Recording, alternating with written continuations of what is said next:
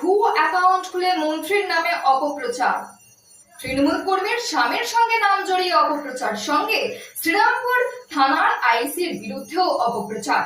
নেত্রীর অভিযোগে গ্রেফতার করা হয়েছে রাজ্য ধরপুর গ্রাম পঞ্চায়েতের সদস্যকে। এই বিরুদ্ধে জানা যাচ্ছে যে শ্রীরামপুরের বিধায়ক তথা মন্ত্রী ভাস্কর ভট্টাচার্য এবং হুগলি জেলা পরিষদের সদস্য প্রিয়াঙ্কা দের স্বামী সন্দীপ রায়ের সঙ্গে নাকি এক ব্যবসার লেনদেন ছিল ৬,০০০ কোটি টাকার আর্থিক কেলেঙ্কারিও। এই সব নানা অভিযোগ সেই ভুয়ো অ্যাকাউন্টটিতে প্রচার হচ্ছিল।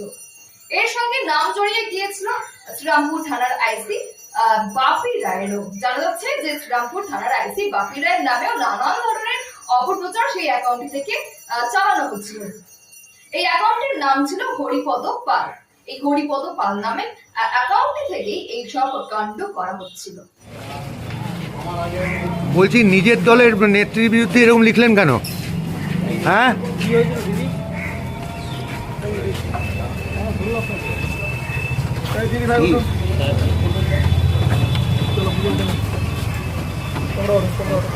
কেন ধরলো আপনাকে?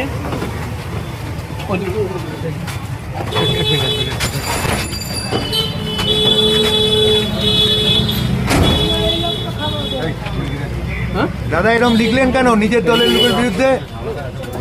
দাদা এরকম লিখলেন কেন নিজের দলের বিরুদ্ধে? আমি কোনো কিছু লিখি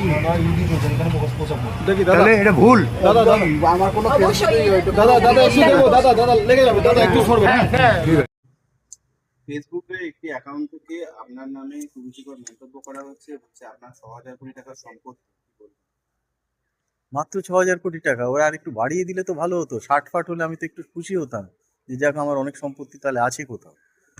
তৃণমূলের কিছু দুষ্কৃতকারী নেতা যাদের আজকে আর কোথাও ঠাঁই হচ্ছে না, আগামী দিনে হয়তো জেলেই যেতে হবে, অ্যারেস্ট হয়ে যাচ্ছে বিভিন্ন জায়গায়, তারা আজকে এই ধরনের ফেক অ্যাকাউন্ট করে ফেক নিউজ ছড়াচ্ছে মানুষকে বিভ্রান্ত করার জন্য।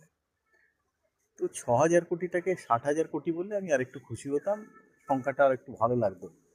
আগামী দিনে দেখুন না আরও কী কী বেরোয়, আরও কী কী বলে। তবে যদি এটা সত্যি সত্যি একটা ফেক অ্যাকাউন্ট হয়ে থাকে, আমি প্রশাসনকে বলবো আপনাদের মাধ্যমে ইমিডিয়েট ওই অ্যাকাউন্টটাকে ফ্রিজ করে ওর তদন্ত হওয়া উচিত, এবং সেই ব্যাপারে যারা যারা অভিযুক্ত তাদের কঠোর থেকে কঠোরতম শাস্তি আমি দেখতে চাই। আপনার সঙ্গে এক তৃণমূল নেত্রীর নাম জড়িয়েছে, তার সঙ্গে নাকি ব্যবসায়িক লেনদেন। কালকে সেই তৃণমূল নেত্রী থানায় অভিযোগ করে এবং তারপরে দুদিন অ্যারেস্ট হয়েছে।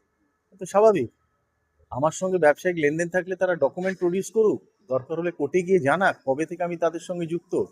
আমি জানি কারা অ্যারেস্ট হয়েছে, যারা একদিন ইলেকশনের সময় আমার এগেনস্টে গাড়ি আটকে আমাকে প্রায় মারতে গেছিল যে আমি নাকি গাড়িতে টাকা নিয়ে ঘুরছি।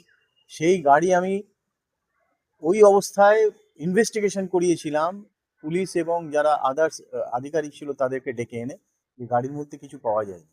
তো আজকে তাদের পায়ের নিচে আর কোনো মাটি নেই, তাদের শেষ সময় আমি এখনই বলে দিচ্ছি, তাদেরকে ছাড়া হবে না। যারা এই ধরনের দুরাচার করেছে, শ্রীরামপুরকে ডুবিয়ে দিয়েছে, এটা রাজনীতি নয়, এটা রাজনীতির নামে একটা নৈরাজ্য তৈরি করা। এই নৈরাজ্য আমরা চলতে দেবো না।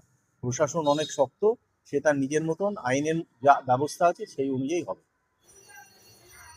রাজ্য ধরপুর গ্রাম পঞ্চায়েতের সদস্য পাপিয়া দাস সাঁতারকে এর দরুন গ্রেফতার করা হয়েছে। জানা যাচ্ছে যে তার স্বামী নাকি এই অ্যাকাউন্টটি চালাতেন। এই বিষয়ে সন্দীপ বলেছেন যে মন্ত্রীর সঙ্গে তার কোনো ব্যবসার কোনো রকমের যোগাযোগ নেই, তারা দুজনেই একদমই আলাদা দল করেন। সঙ্গে মন্ত্রীও বলেছেন যে যেই সব তৃণমূল নেতাদের মাটিতে নিচে মাটি সরে যাচ্ছে, যে তাদের নাকি তারাই নাকি এইসব কাজকর্ম করছে। এই বিষয়ে আপনাদের কি মতামত অবশ্যই কমেন্ট বক্সে জানাবেন এবং দেখবেন ডিএনএন বাংলা, সবার মনে সবার ফল।